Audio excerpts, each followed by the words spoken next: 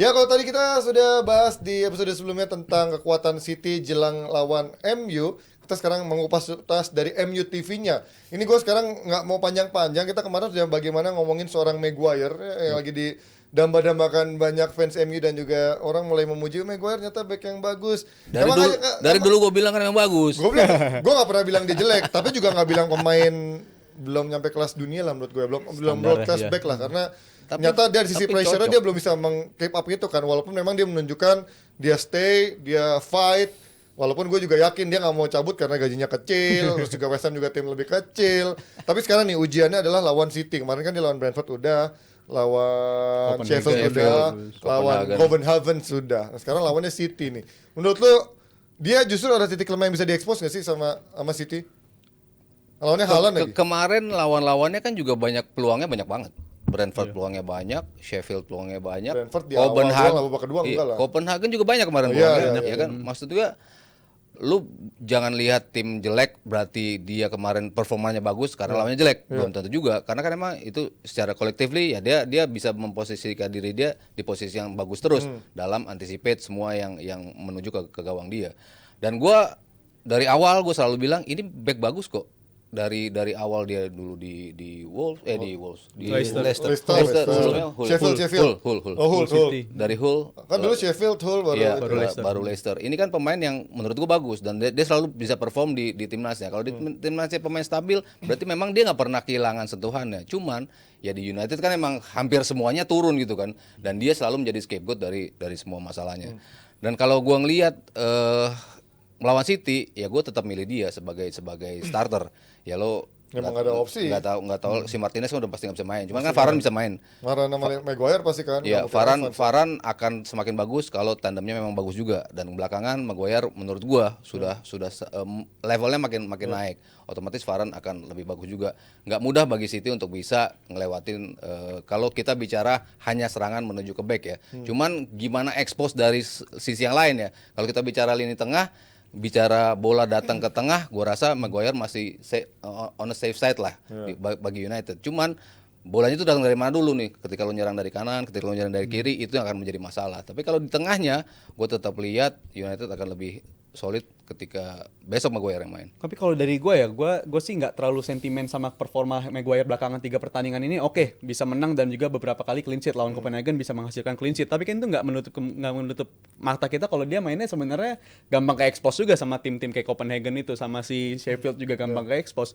Jadi gue bilang, poin gue adalah ini kan Maguire yang sama juga yang kita ngeliat di 2 musim lalu, dibantai sama Liverpool 5-0, dibantai sama Liverpool 4-0, dibantai juga sama City. Ini masih Maguire yang sama gitu. Nggak ada kita tiba-tiba kita berdasarkan sentimen kita, oh dia udah berubah, ini dia mungkin pemain yang tepat untuk lini belakang United. Gue masih nggak yakin akan itu. Tapi nama-nama seperti De Gea di belakang. Masih De Gea, tapi gue tetap ngeliat kualitas dia kan errornya De Gea berarti Mas. Iya dong. Selama ini. Mas. Gue nggak bisa nerima itu Mas, karena gue ngeliat dia juga kualitas dia, kita tahu 2 musim pertama dia di United kualitasnya oke, tapi kan setelah itu tiba-tiba downgrade banget. Nggak 2 musim lah, 3 musim bahkan. Tapi kan abis pemain kan nggak mungkin langsung bego di musim berikut, enggak lah. Nah itu yang terjadi sama si Maguire sebenarnya. Deep of form ada gitu. Cuman kan abis lo formnya turun, dihajar terus-terusan setiap menit lo dihajar terus-terusan, bahkan sama fans lo sendiri, ya pasti kan agak kena lah ya dari sisi mentality. Tapi dia bisa buktiin, gue tetap stay, tadi Panji bilang gue tetap stay. Phil Jones juga tetap stay Mas. Tapi kalau Phil Jones lo bandingkan sama Maguire suruh main, enggak lah, ya susah lah. Bedanya Phil Jones nggak dibeli 80 juta. Phil Jones kan bola di bawah disundul bukan ditendang. Tapi itu justru membuktikan dia kerja keras Mas. Kalau Maguire kan temen ditendang juga. Warrior. Siapa tuh ditendang juga sama dia? Pogba ditendang juga sama dia. Justru itu temennya gue tendang pakai lawan. Gitu loh. Jadi maksud gue gini, kenapa gue nggak begitu yakin untuk long termnya? Mungkin Januari harus dimanfaatkan bagi MU untuk bisa mendatangkan si midfield back baru ya, ganti Maguire back baru serta midfielder, karena belakangan kan yang sorotan tertuju sama Maguire dan juga McTominay. Dianggap sebagai penyelamat United, menganggap dia layak untuk dipertahankan. Gue nggak beli hal kayak gitu. Gue bilang ini cuma sentimental biasa doang. Right? I don't buy it. Lo nggak beli jadi? Nggak beli. Itu terlalu sentimental gitu. Apabila fans United udah tiba-tiba lupa ingatan. Gue setuju, kalau Maguire gue nggak setuju. Kasih kesempatan lagi, tapi gue rasa oke, jadi squad player aja. Tapi kalau untuk long term jadi back utama lo, menurut gue Maguire udah lewat. Menjadi squad player ada di rotasi, tapi bukan menjadi back utama MU, emang diandalkan menjadi setiap minggunya kan. Gue 20% ada setuju sama Mas Aryo nih. Sisanya? Sisanya 80% ke dia. Maguire berarti nggak ada yang belain. Jangan sama sopan, tampil sama-sama senior ya. Enggak, emang Martinez nggak pernah bikin salah. Banyak, Iya kan? Pasti, betul. Udah terlanjur jadi darling kan? Iya. Tapi kan harganya nggak semahal. Nah, harga itu lu. Lu jangan ngomong harga dong. Jangan Bilang ngomongin nih. harga. Kan Lah, enggak lah, kan standarnya itu Kan lagi. dia. Harga 4 tahun yang lalu maksudnya udah lewat lah masalah harga Justru gitu. 4 tahun lalu Enggak, ketika Martinez lebih murah ketika sekarang. harganya dibeli mahal, bagus nggak main buat United? Bagus. Ya udah. Bagus sih Sempat musim bagus. kedua. Iya kan bagus kan? Ya tapi kan ini dengan harga mahal harusnya dibeli untuk Kalau jangka panjang kalau waktu harga lama. mahal lu bicara Anthony di musim pertama flop, nah itu lu baru bicara harga. Tapi udah 4 tahun loh. Tapi memang gini lah. Ya sama aja Grealish di musim pertama jelek, musim keduanya bagus. Sekarang nggak tahu nih bagus apa enggak kan musim keduanya. Nah, makanya, bagus di awal jelek di akhir. Makanya itu ini kan baru 3 Kan pertandingan, belum, baru naik. 2-3 pertandingan Iya, dia makanya bagus terlalu dini bilang dia udah Terlalu balik dini. sebenarnya kan. Sebenarnya kalau mau nilai ya nilai dia dalam 3-4 tahun setelah dia di MU kan, menurut gue sih enggak. Makanya gue bilang 80% gue setuju sama Aldi. Tapi memang lagi-lagi Ini udah tahun keempat sebenarnya kan? Dari kurang 2019 lebih lah, ya? kurang Iya, lebih. tahun keempat Iya, ya, iya. keempat. Udah kita udah bisa menilai dia lah sebenarnya. Nah, terus Ini lu Rijal tiba-tiba Ronaldo, by the way. tiba-tiba lu 3 tahun lu hapus, lu hanya ngelihat di 3 pertandingan, menurut gua enggak juga. Gua enggak bilang jelek permainannya di Emang 3 nggak jelek. pertandingan. Cuman tadi Bukan Tapi over lawan- hype aja menurut gua sih. ya lawan Copenhagen kan kita lihat juga masih terekspos. Tadi yang makanya gue bilang 80% gue setuju sama Rijal karena ini tetap City kan Guardiola kan pasti ngelihat ini gampang nih expose tadi. Salah satu yang hari Dalam expose. digoyang ini. Nah, itu maksud gua. Jadi it's okay dia main dalam 2-3 pertandingan terlepas dari lawan siapa, tapi menurut gua embel-embel dia the most expensive defender in the world itu tetap nggak bisa lepas. Iya. Pasti orang Walaupun akan sekarang ingat dibalap itu. sedikit sama gua Vardiel ya. Iya, jadi ya nggak bisa lah kita nilai terlalu cepat di 2-3 pertandingan ini. Nanti lihat City. Oke, kalau lawan Ini City dia ujiannya bisa lawan City bagus ini, sebenarnya. kita akan ternyata dia ternyata udah agak bisa berubah. comeback di laga penting seperti Betul. ini ya. Nah, kalau untuk soal dia stay di situ, gua rasa sih lebih kepada kayak gua gaji gede di MU, ngapain gua di West Kalau Ham. Copenhagen masalah lu lini belakang atau tengah? Panagan ya dua-duanya. Gue bilang tengah. Iya sih ya, tengah yang Maksudnya di-expose kan. Amrabat ketika sendiri nggak bisa apa-apa juga. Non existent. Tapi kan menurut gua Amrabat kerja keras loh di babak pertama ya.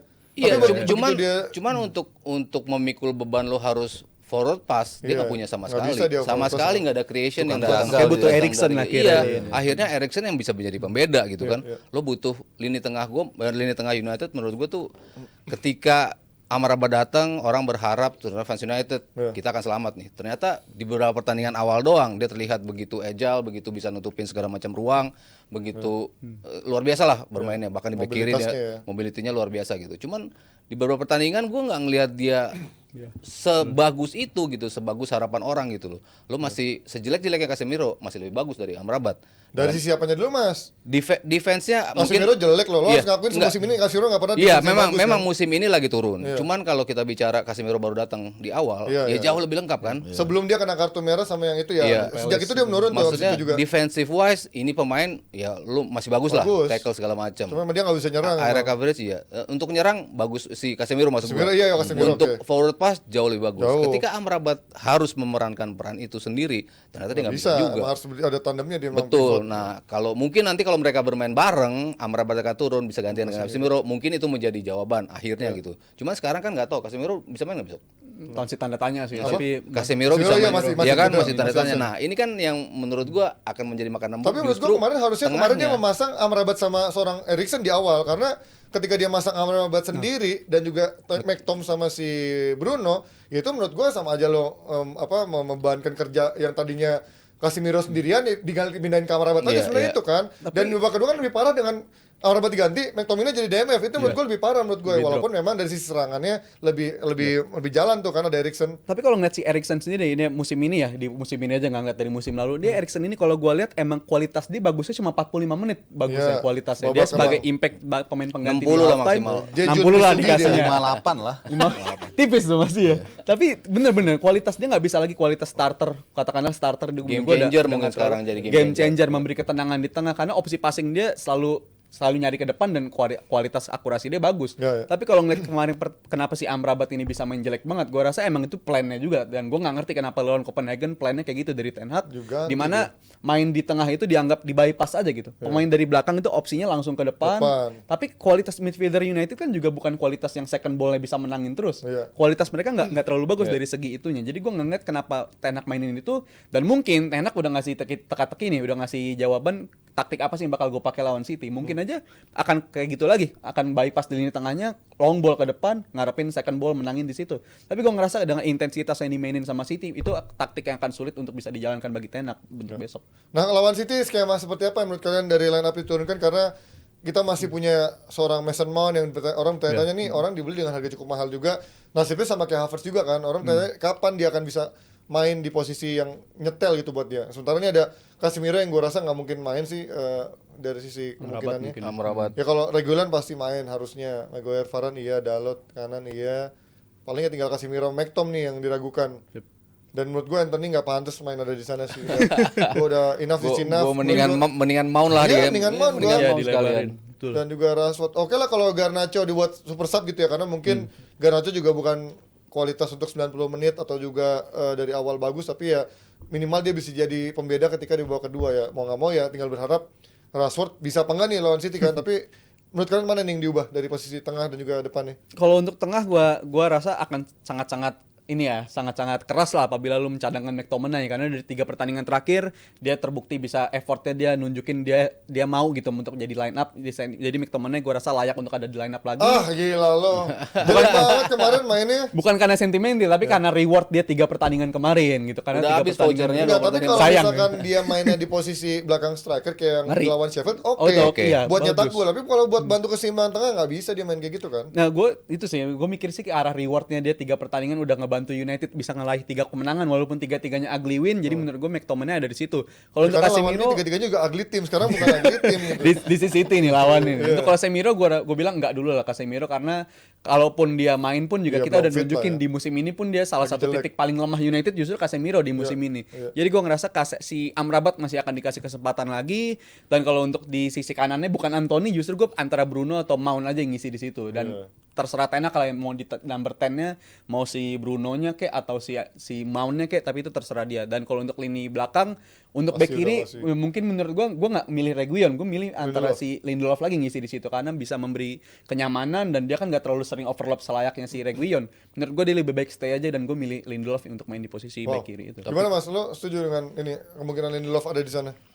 Bisa, dan dia bisa maju untuk nemenin Amrabat DMF misalnya ya, untuk jadi DMF, karena pilihan DMF-nya sulit. Kalau gue milih McTominay jelas gue nggak milih dia ya. Lemah, sama aja nggak usah pakai pemain gitu ya. kalau- Iya, terutama lu ngeladenin lini tengahnya City gitu. Berat banget. Dia tahu bagaimana untuk nge-expose pemain, ngelebarin lini tengahnya seperti apa, itu akan menjadi makanan empuk bagi City. Gue sih lebih condong bahkan Mount sekalian di mana di posisi paling nggak nih pemain punya agility untuk lari ngejar-ngejar bola, ganggu kenyamanan pemain-pemain yang megang bola, itu bisa dilakukan oleh Mason Mount. Di posisi Reguilon, kalau Rashford di kiri ya gue rasa Lindelof lebih make sense, lebih tenang, lebih tenang, terutama ketika lo absorb serangan yang pasti kan bertubi-tubi kan dari segala sisi. Apalagi misalnya nanti yang dimainin Doku, lo berat kalau harus beradu dengan Reguilon. Gue jelas lebih milih Lindelof yang ada di situ. Rashford akan lawan Walker. Ya udahlah, say goodbye lah. Good buat luck, good Rashford luck. ya. Gimana Mas Harpa? Udah dijawab semua mereka. Jadi gue punya pertanyaan lain, tenang. Stop, pertanyaan gue banyak. Oke, kalau soal Mason Mount kan, kalau Bruno kan emang maunya kan di tengah terus kan. Udah ya kalau Mason Mount, gue juga setuju tuh daripada Anthony lah. Kan lebih utamain kan bagaimana ruang ganti ini adem lah. Anthony ntar dulu Mason Mount. Tapi Mason Mount di kanan gimana bisa perform nggak? Rashford lawan Walker gue rasa bisa lah Rashford. Gue justru merasa gue bisa. Lu Rashford bisa? Bisa enggak Rashfordnya? Bukan gua. Lu bisa lawan Walker susah Walker juga. ada Mas Harpa. Tiba-tiba gua masukin. Good luck itu, good luck. Ini gimana konsepnya? Rashford, Walker, Harpa lari. Lu bisa. Jadi ya? 12 pemain Rashford lawan Walker WO dong, 12. kalah WO. 12 orang. Nangkepnya gitu soalnya. Iya.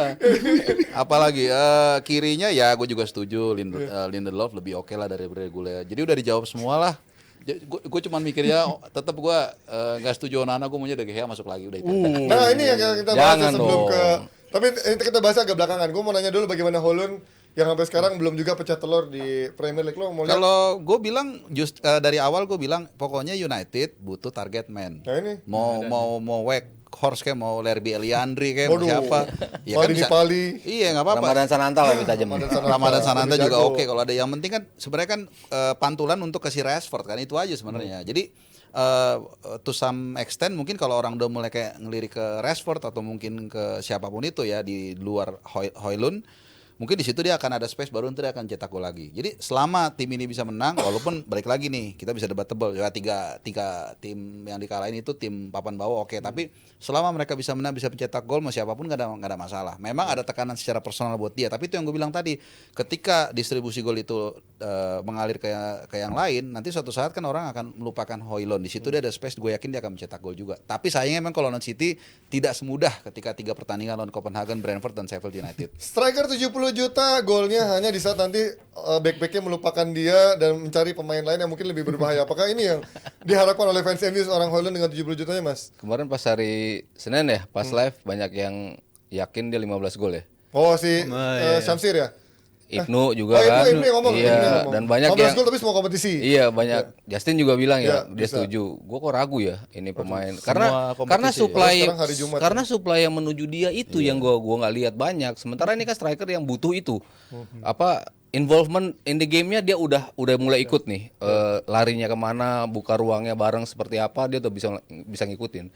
Cuman in order untuk cetak gol kan lo butuh supply. Sementara itu yang nggak bisa di provide sama United.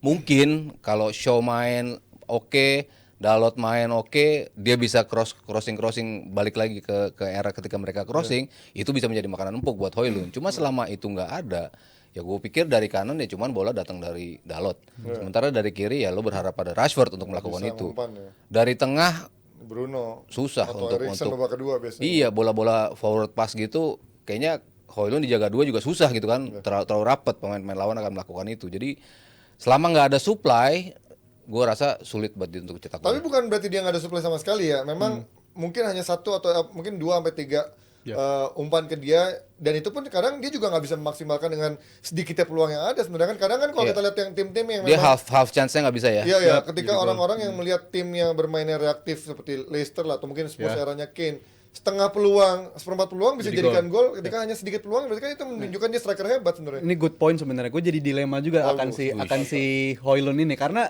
Højlund musim ini tadi Mas Panji udah bilang golnya baru sekian kan, dan 2 gol diantaranya lahir pas lagi Liga lawan si Champions. Galatasaray. Dan itu Sama gol Munchen dong, Munchen. sama Munchen juga 3 gol total di Liga Champions. Dan dia gol-golnya dia itu lahir ketika United memang bisa build up dari belakang ke depan dan dia bisa nyelesain peluang itu. Tapi kalau ngeliat permainan United belakangan, dia bisa menghasilkan gol 3 kemenangan beruntun ini. 3 beruntunnya kan juga kemenangannya yang ugly win. Yang rata-rata golnya itu bukan lahir dari build up, justru gol-gol yang lahir dari secara momen-momen hoki lah Iya, atau momen scrimmage, ada terus bola ada umpan ke kerumunan, Maguire golin betul, gitu kan. itu ada luck dan itu lu nggak akan dapetin gol dari seorang Højlund menurut gue dari permainan seperti ini. Jadi menurut gue apabila ini ingin berkelanjutan, United mungkin kedepannya masih akan bermain secara reaktif football lagi, apalagi lawannya City, kita nggak mungkin mengharapkan mereka total dominance lawan City dong. Jadi menurut gue untuk gol Højlund belum akan datang lagi apabila mainnya United masih seperti ini, pemain di belakang bypass lini tengah langsung nyari ke depan, perannya Højlund nggak bisa dimaksimalkan dengan cara seperti itu. Jadi masih lama lah untuk bisa ngeliat Højlund golin lagi, khususnya jadwal-jadwal United yang gampang-gampang ini nih udah mulai berakhir. Karena ke depannya justru lawan-lawan berat yang udah mulai akan datang lagi. Jadi ya mungkin let's see aja. Mungkin Højlund bisa berkembang juga dengan permainan seperti ini ya lebih bagus lagi. Tapi Gue yakin besok lawan City Højlund bisa golin tapi dianulir karena offside. Kita nggak ada yang Ditinggalin. tahu, ya. Tapi sedikit aja kalau ini kemungkinan di saat Onana kemarin lagi menjadi kiper yang menyelamatkan MU dari hasil dari kemenangan yang gagal gitu, tapi justru ada rumor soal De Gea yang soal balik ini. Mungkin gak sih De Gea mau balik hanya sebagai pengisi di saat si Onana ke AFCON? Ya, gue izin ini gue jawab ya, karena gue rasa nggak perlu, karena yang perlu diketahui di AFCON di musim ini, Premier League ini mengadopsi sistem winter break di Premier League di musim ini, yaitu dari tanggal 13 Januari sampai tanggal 31 Januari, dan jumlah pertandingan United di periode itu cuma 1 atau 2 game. Jadi apabila lu mendatangkan De Gea untuk kontrak jangka pendek pun nggak akan kepake juga, karena buat apa? Onana jadwal dia Kamerun itu akan tanding di tanggal 16, 19 dan juga 24, dan semuanya itu ketika United lagi mengalami winter break. Jadi gue nggak ngeliat ada alasan kenapa mereka harus mendatangkan De Gea. Apabila mereka mendatangkan De Gea terlalu reactionary lah, karena buat apa lo ngedatangin kiper yang udah dianggap sebagai masalah selama bertahun-tahun dan untuk menggantikan Onana yang buat masa depan. Kecuali Onana cedera di AFCON. Nah, ini Itu kan mengubah Bagus juga ya, berarti segalanya. si Rizal ini cocok nanti kalau ada tayangan Piala Afrika ya, jadi panitia. Aduh, pengen AFCON. Sama Hanif Marjunov kali ya.